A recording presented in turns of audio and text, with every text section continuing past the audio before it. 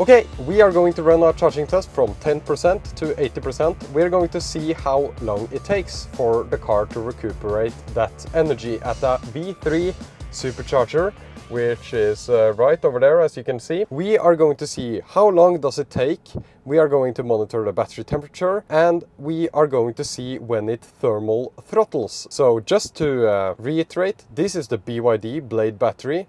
This is the Model Y rear-wheel drive made at the Giga Berlin factory. Just to confirm that, we are going to go here and software, and we're going to say XP7, that's the Berlin factory, Y is Model Y, GCE means we have the BYD Blade battery in this car. And we will see so when we plug in. This car has not been preconditioned, and you might think, why haven't you preconditioned to this charger? This battery seems to thermal throttle rather at high temperatures rather than cold gating, which is usual for LFP batteries.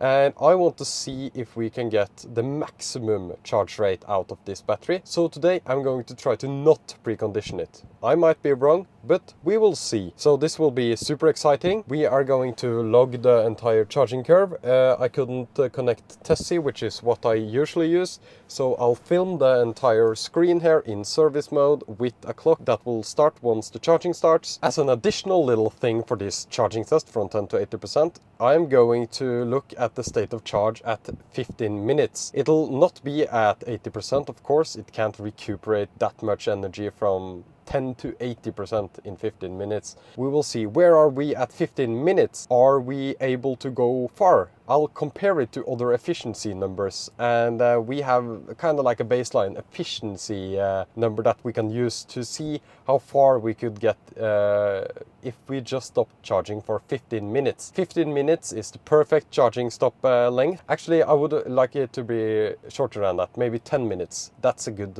stop, because you can go to the bathroom and grab a quick snack. But 15 minutes is the standard for charging stops, and it's a nice length. We will see how far we can go after those 15 minutes. That's in addition to doing this test all the way from 10 to 80%. So 2 tests in one. What do you think will win if we charge this car? The V3 Supercharger, which has a maximum kilowatts supply of 250 kilowatts, or the V2 Supercharger, which supplies around 150 kilowatts at the maximum to the car? You might think that V3 is the obvious winner, but is it? Higher kilowatt supply means higher amperage, and higher amperage means thermal throttling, and we have seen that this battery has a tendency to overheat, and when it overheats, it'll slow down the charging speed. Do you think the V3 will actually slow down the charging speed so much faster than the V2, and then the V2 will all in all be faster? Do you think so? Or do you think that the boost by V3, we can go up to 175 around kilowatts on V3 with this car? Do you think that will help and put the average time down? Or do you think they will be exactly the same? Okay, 10%. Let's go plug it in, and then I'll start the clock as soon as we start the charging. First, I'll go into service mode, and I'll enable this climate once more, because it's disabled once we start charging, and we will go charging here. Battery temperature is now 32 degrees at the minimum and 37 degrees at the maximum. This is kind of like a medium temperature. It's not high, it's not low, it's not preconditioned. So let's plug in. Adjusted the climate to 20 degrees. So now we are charging 171, 172. So maximum charging rate, because we are at low voltage, of course. So maximum is 171. Already at 13% after 45 seconds. 14% after 50 seconds. I would say this is quite good so far, 172 kilowatts. So we can see the amps there, 460 amps. The maximum temperature of the battery pack is already up to 50 degrees Celsius, and the minimum temperature is 35 degrees Celsius. So it's starting to get quite hot in the battery pack. We are still taking 450 amps, which is like 170 kilowatts, and we are at 21% after just 2 minutes and 25 seconds. Temperature is creeping up, 54 degrees Celsius. Still no thermal throttling. We are still above 170 kilowatts. But this battery pack will thermal throttle. And it's 20 degrees outside. So not cold by any means. This doesn't help the battery pack either. And we are thermal throttling. So at 30% we are down to 146 kilowatts and dropping. It will hold this a little bit in my experience, and this is due to battery temperature being 58.7 degrees at the maximum, which is what determines the charging maximum amperage into the battery, which we can see here at 358 and dropping amps into the battery. So 130 kilowatts now at 33%. I'm actually wondering if we are thermal throttling a little bit fast due to the temperatures outside, but it's just 20 degrees outside. It's not that bad. Pack is almost 60 degrees Celsius, which is hot. 114 kilowatts at 40%, at 39%. Not bad, but this car can do 170 at this state of charge if you started here. It's the thermals that fail with this pack. Seems like the maximum allowable temperature is 59.75 degrees Celsius for the maximum temperature of the pack. It's quite a bit different between the minimum and the maximum temperature here. I'm wondering what's going on. Anyways, we are just above 100 kilowatts at 49% and still going. Okay, we are soon at 15 minutes, 61%. Okay, 62% at 15 minutes. This means that we can charge from 10% to 62% in 15 minutes. We have had quite a lot of thermal throttling, so that's to be expected, but we are still at 97 or similar, almost 100 kilowatts still at 63% and going. 70% still 100 kilowatts or 99 kilowatts. Quite flat and quite nice. I wish it was a little bit higher, but as I've said multiple times, we are at the thermal limit, 59.75 degrees Celsius. We have used 18 minutes and 30 seconds to get to 71%, and we are at 80 at 21:52 seconds. 21 minutes and 52 seconds, and we are at 80%. 10 to 80% in 21 minutes and 52 seconds. And this is on V3 Supercharger.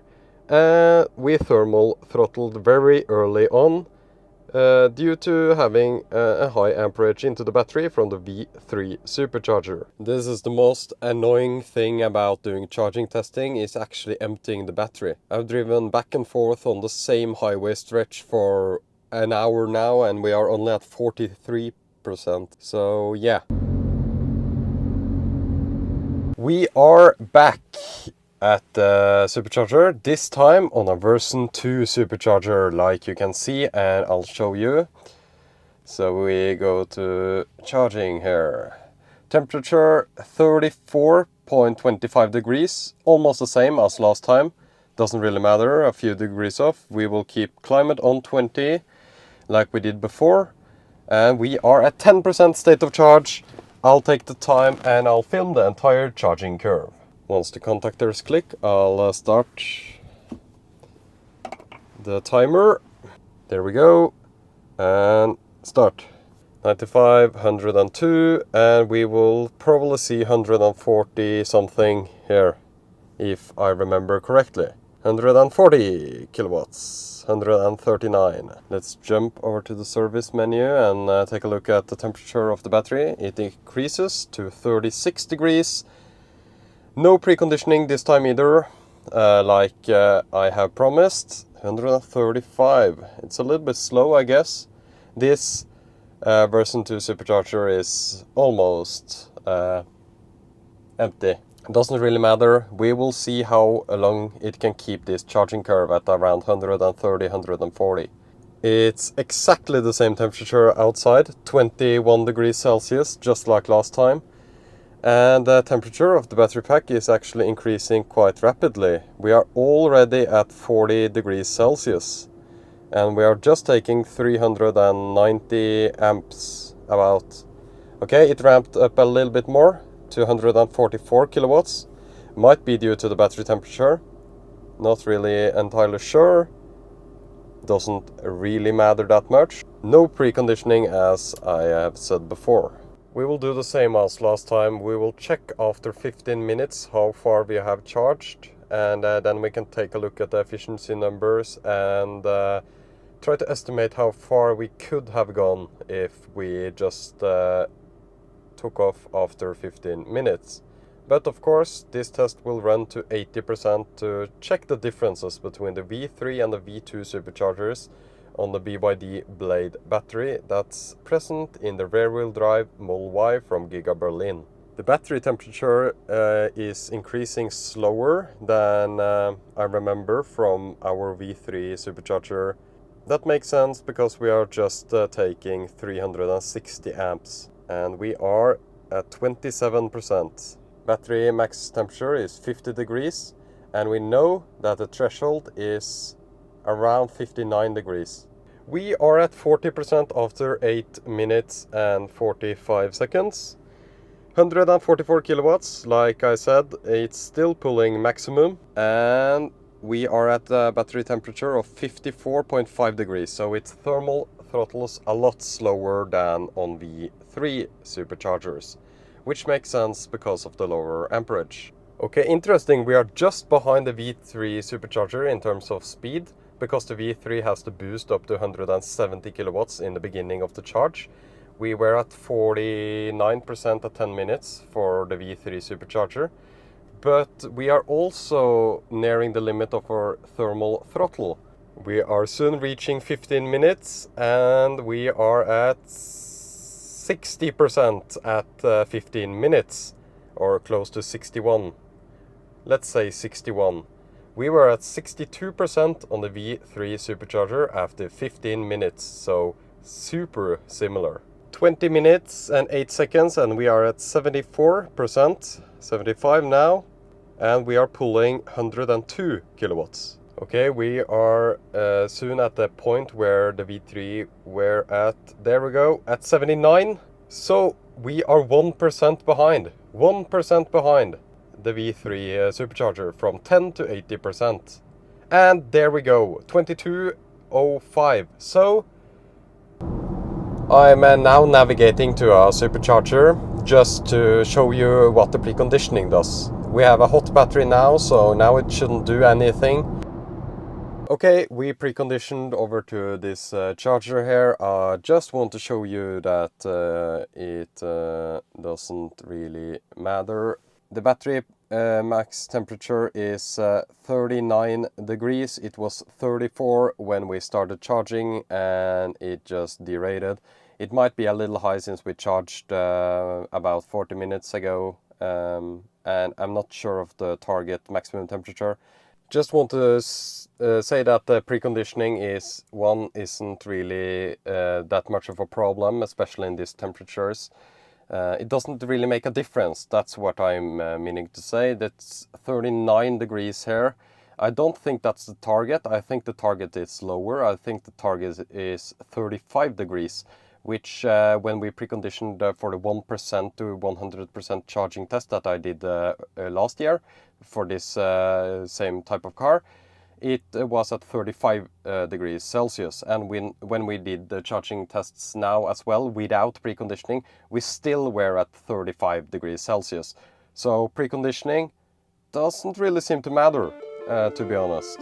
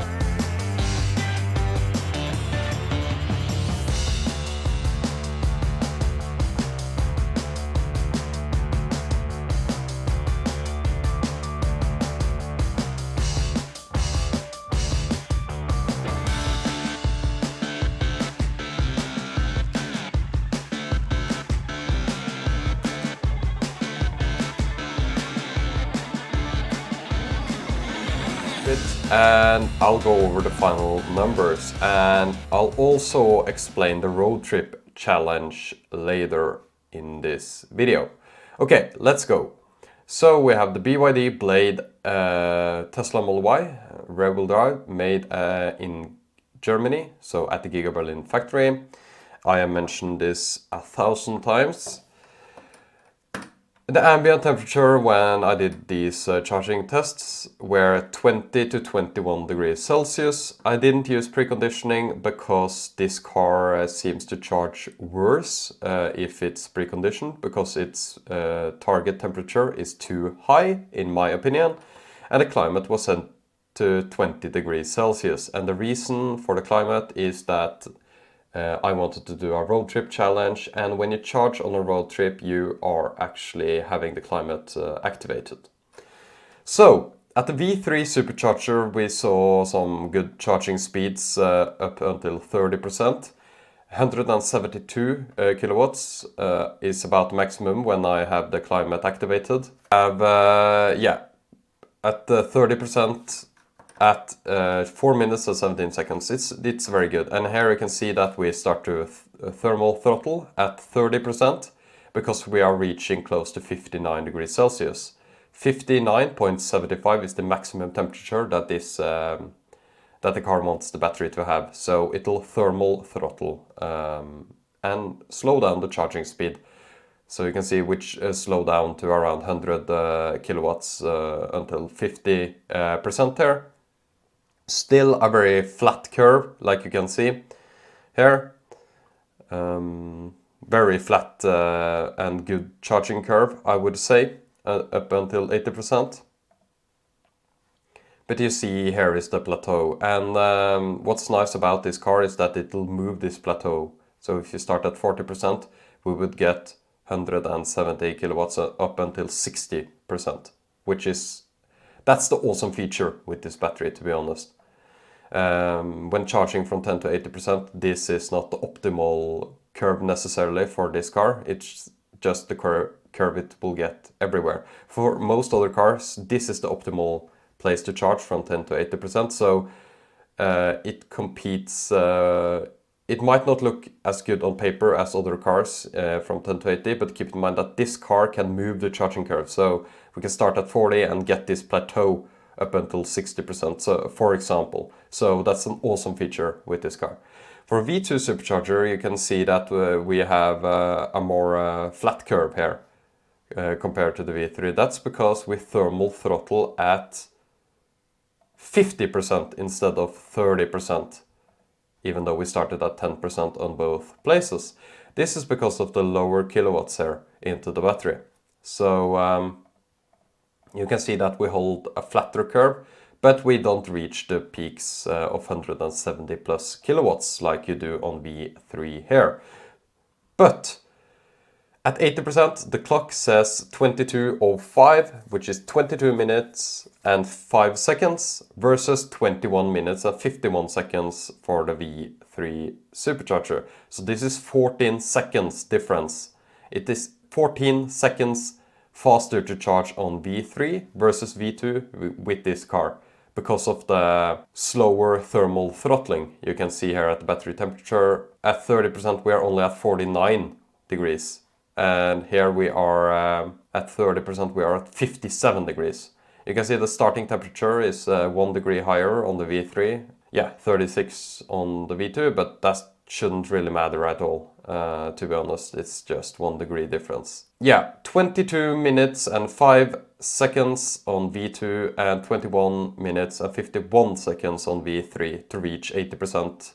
This is a pretty good time, not class leading, but I would say fast. So you can see that, yeah, at 35% the V2 is faster because the V3 has thermal throttled from this high charging peak here. And that also is represented in the numbers here. At 40% we are at 135 kilowatts instead of 113 on the V3 Supercharger. So let's talk about road trip range. And road trip range for me is the amount of kilometers you can go after you have charged for 15 minutes. 15 minutes is a good time to charge to. And I didn't run efficiency numbers. I have actually stolen them from a YouTuber named Brandon Flash. Please check out his channel. He tests a lot of Model Ys, different specs in the US, which are entirely different from Europe, where I am testing. And yeah, please check out his channel. He also tests a lot of other cars. He has a 4680 battery pack Model Y, which he has run a lot of tests on. And it has quite a terrible charging curve, so it's very interesting to see the videos and compare them to what kind of offerings we have here in Europe. Anyways, in this video I stole this info from. In this video he runs the rear-wheel drive Model Y.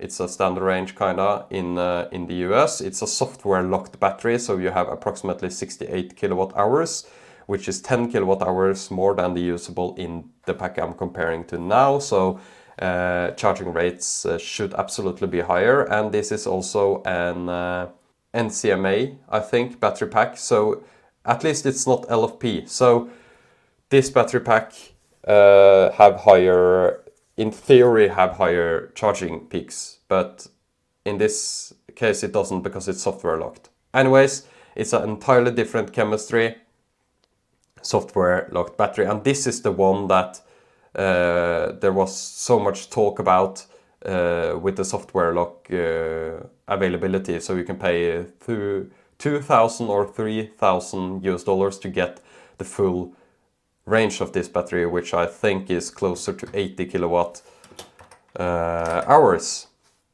Don't quote me on that, it's a little bit less usable, I think.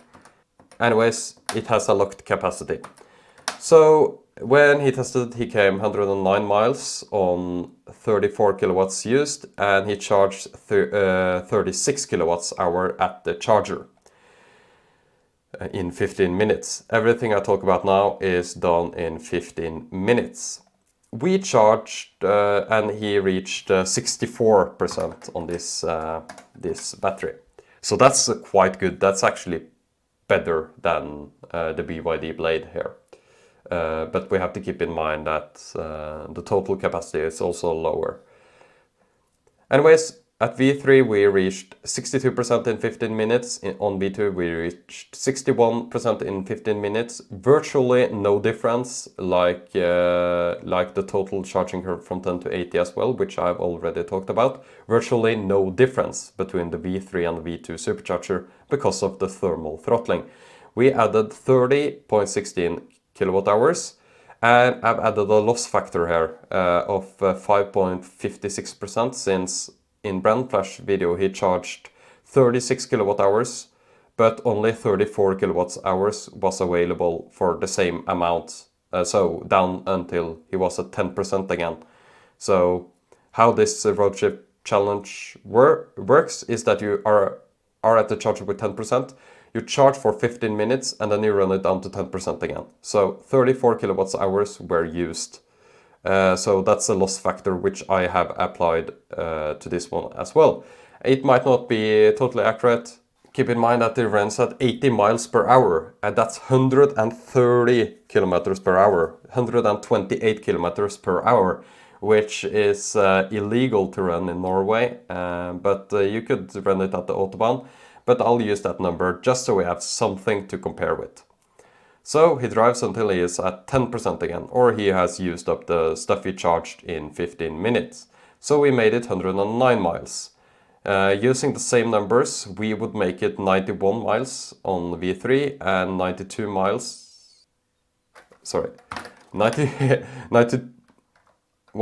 V2 and 92 miles on V3. So that equals 148 kilometers real world range at 130 kilometers per hour. This would be way more at Norwegian roads and even Norwegian highways, which are max 110 kilometers per hour. Let's say you drive 120, you would still get more than this, but this is comparable. So with his rear-wheel drive Model Y in the United States, He got 109 miles of usable range. We would get a little bit less at 92 or 91 miles of usable range, which is 148 and 146. We have a lower usable capacity of the battery. We have the benefits of LFP. We can charge to 100%. We can move this charging curve. We could start charging here and we could get a similar amount of range if we started at 40%, even 45%, I think. We would get the same amount of range in 15 minutes. This car would get lower than that. It will do worse when charging at high state of charge because it has a different battery chemistry. So please keep that in mind, that when we compare the 10 to starting from 10%, which is not necessarily the optimal for the BYD Blade battery. It can charge, you can start at any percent here and get the same result. That's the magic of the BYD Blade battery, not just the charging curve from 10%. So keep that in mind, that if you plug in at 15, 20, 30, 40, even 50, you will get a great charging curve. Even at 60, you will get a great charging curve and recuperate a lot of kilometers in 15 minutes. Anyways, that's the beauty of it. So you can compare these numbers here, but keep in mind that this one would do likely better at higher state of charge. So that's great, able to recuperate around 150 kilometers in 15 minutes. That's fantastic, especially when the speed is 130 kilometers per hour. So yeah, that's the numbers for the BYD Blade battery and the charging. I'll link this spreadsheet in the video description so you can take a look. I want to thank Brandon Flash again for making this video so I could do these numbers without driving the car. This efficiency should be the same or approximately the same for the BYD Blade model, because the weight is about the same and both are rear-wheel drive. I know they might have different rear motors, I think they do, and the efficiency could be a little bit different because of that, but yeah. Not enough to make a major difference. That's why I use his efficiency numbers here. And keep in mind that this is at a very high speed, so yeah. Thank you so much for watching this video. I hope you liked the in-depth analysis of the charging curve of the BYD Blade battery. And I hope to do more with this car, testing at even higher states of charge where this car really shines. And yeah. Please leave any comments if you have any comments, and I'll try to reply to those. Thank you.